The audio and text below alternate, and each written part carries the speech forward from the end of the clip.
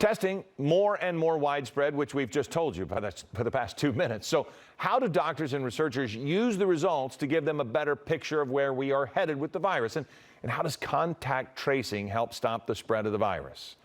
I can't answer that, but Dr. Nicholas Testa, Chief Medical Officer with Dignity Health Southern California, joins us now. Good morning, Dr. Testa. Thanks for sticking with us. Thanks for joining us. Let's talk a little bit about this contact tracing. How does it work? Why is it so effective? So contact tracing is not a new idea. It's something that public health has been using for years for things like tuberculosis. The goal is identify the patient who tests positive and then create a web of all the people that they've come in contact with and follow them and work with them to put them into stay at home so that you really focus on where the disease is, opposing to using a blunt instrument like, say, tell everybody to socially distance and stay at home. Well, now, it seems as if I'm remembering this correctly, South Korea did this very well, and it's how they were able, they've identified patient 31, which was, the one that spread everything. So why did we not use that policy? Why did we not jump on that? Is there a reason? So a couple things. We did use it. And if you look at a lot of the work that was being done, remember, we were seeing COVID cases in the United States before the March stay-at-home orders.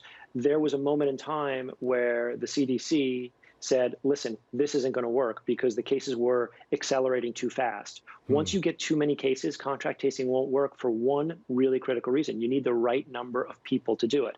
We have public health staffs who have been doing this work, but they were quickly overwhelmed. So once we get to the next phase of this and the numbers start coming down, we're really going to be we're going to succeed based on contact tracing. So is contact tracing something that we might look forward to? I don't say look forward to it, but you know what I mean. Come flu season, maybe we're better prepared with a possible second wave. We're ready? It's already happening. So there's been some speculation that we probably have about 30,000 people who do contact tracing in the country. We probably need somewhere between 100 and 150,000. Right? So that's 30,000 currently. We need 100,000. So places like Johns Hopkins have been creating online courses to train individuals to do this work. It's very labor intensive. And we have something interesting going on right now because we have a job issue, right? People are looking for work in this country. So the hope is that for those groups that are out of work, we can start pulling those people into this new line of work to be doing contact tracing throughout the country. Well, when you think about that, what kind of work history do you need? What kind of experience do you need to be able to do this?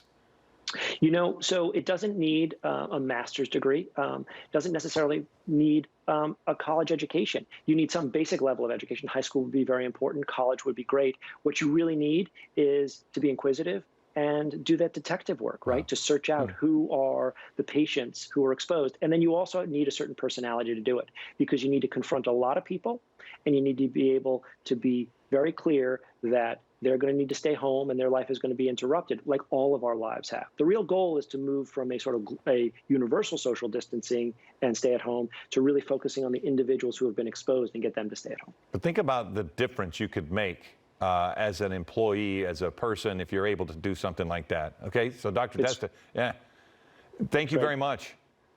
Thank you very much. So Dr. Nicholas Testa joining us, and now you're giving us a job fair as well.